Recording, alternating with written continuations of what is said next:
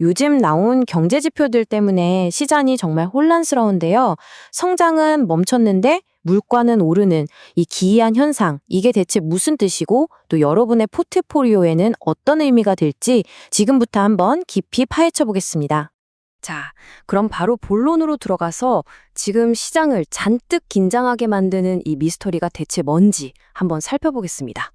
일단 첫 번째, 성장률부터 보죠. 4분기 성장률이 1.4%가 나왔어요. 이건 뭐 시장 예상치를 한참 밑도는 정말 실망스러운 결과죠. 근데요, 이게 다가 아닙니다. 동시에 핵심 물가 지표는 오히려 3.0%까지 확 뛰어올랐어요. 그러니까 모두가 바라던 것과는 완전히 반대로 가버린 거죠. 성장은 둔화되는데 물가는 오른다? 네, 바로 이런 상황입니다. 자, 그럼 이 복잡한 퍼즐을 하나씩 맞춰보죠. 우선 첫 번째 조각, 바로 경제가 왜 이렇게 갑자기 멈춰섰는지부터 들여다보겠습니다. 여기 이 그래프를 보시면 이 차이가 한눈에 들어오죠? 경제가 그냥 좀 느려진 수준이 아니에요.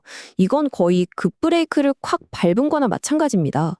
실제로 2025년 1분기 이후에 가장 낮은 수치니까요. 가장 큰 범인으로 지목되는 건 바로 작년 말에 있었던 정부 셧다운입니다. 아시다시피 정부 지출이랑 투자가 올스톱되면서 경제에 직접적인 타격을 준 거죠. 그런데 진짜 걱정스러운 신호는 따로 있습니다. 바로 경제의 심장이라고 할 수 있는 우리들의 소비, 이 민간 소비마저 식어가고 있다는 거예요. 성장률이 3.5%에서 2.4%로 뚝 떨어졌거든요. 이건 앞으로 기업들 실적에 빨간불이 켜줄 수 있다는 신호이기도 합니다. 좋습니다. 경제 엔진은 거의 멈춰가는데 왜 인플레이션이라는 불은 아직도 활활 타오르고 있을까요? 이제 문제의 나머지 반쪽을 맞추러 가보시죠. 이 표를 한번 보세요. 헤드라인, 근원 PC 둘 다 시장 예상보다 훨씬 높게 나왔습니다. 연준이 목표로 하는 2% 물가는 이거 점점 더 멀어지는 느낌이죠. 그래서 이게 정말 중요한 포인트인데요. 이게 그냥 단짝하고 오르는 게 아니라는 겁니다. 전문가들이 말하는 스티키 인플레이션, 즉 고착화된 인플레이션이라는 아주 끈질기고 구조적인 문제를 보여주는 신호거든요. 이런 끈적끈적한 인플레이션은 대체 왜 생기는 걸까요? 몇 가지 요인이 있는데 우선 새 행정부의 관세 정책 때문에 기업들 비용 부담이 늘었고요. 또 주거나 의료비처럼 우리 생활에 꼭 필요한 서비스 비용이 좀처럼 내려올 생각을 안 하고 있기 때문입니다. 결국 상황이 이렇게 된 겁니다. 성장은 낮고 물가는 높고 이러니 연준, 즉 연방준비제도는 이쪽으로도 저쪽으로도 못 가는 그야말로 진퇴양난에 빠진 거죠. 이 슬라이드 한 장이 지금 연준이 처한 딜레마를 아주 명확하게 보여주는데요. 왼쪽을 보세요. 경제가 안 좋으니 경기를 살리려면 금리를 내려야겠죠? 그런데 오른쪽을 보세요. 물가가 너무 높으니 금리를 내릴 수가 없는 겁니다. 정말 이러지도 저러지도 못하는 상황인 거죠. 이 말은 뭘까요? 네, 시장이 그렇게나 기다리고 꿈꿔왔던 조기 금리 인하라는 달콤한 시나리오는 이제 전면적으로 수정될 수밖에 없다는 뜻입니다. 적어도 올해 상반기에는 금리 인하를 기대하기 어려워졌다고 봐야겠죠? 자, 그럼 이게 우리 투자자들, 바로 여러분의 포트폴리오에는 어떤 영향을 미칠까요?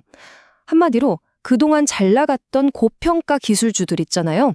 이런 주식들의 높은 몸값을 더 이상 정당화하기가 아주 힘들어졌다는 겁니다. 이런 불확실성이 큰 시장에서는요, 이제는 공격적인 투자보다는 수비에 더 신경 써야 할 때입니다.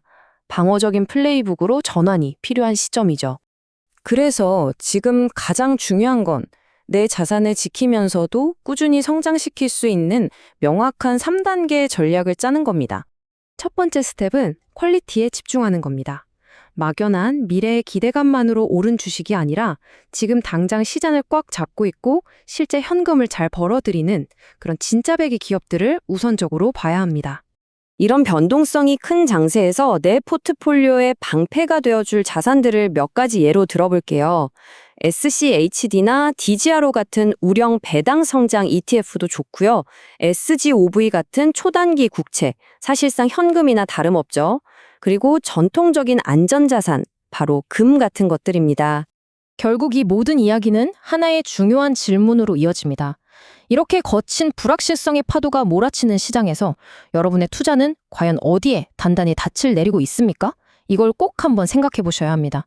왜냐하면 거시경제의 폭풍이 거치고 나면 결국 남는 건 기업의 펀더멘털, 그 본질적인 가치뿐일 테니까요.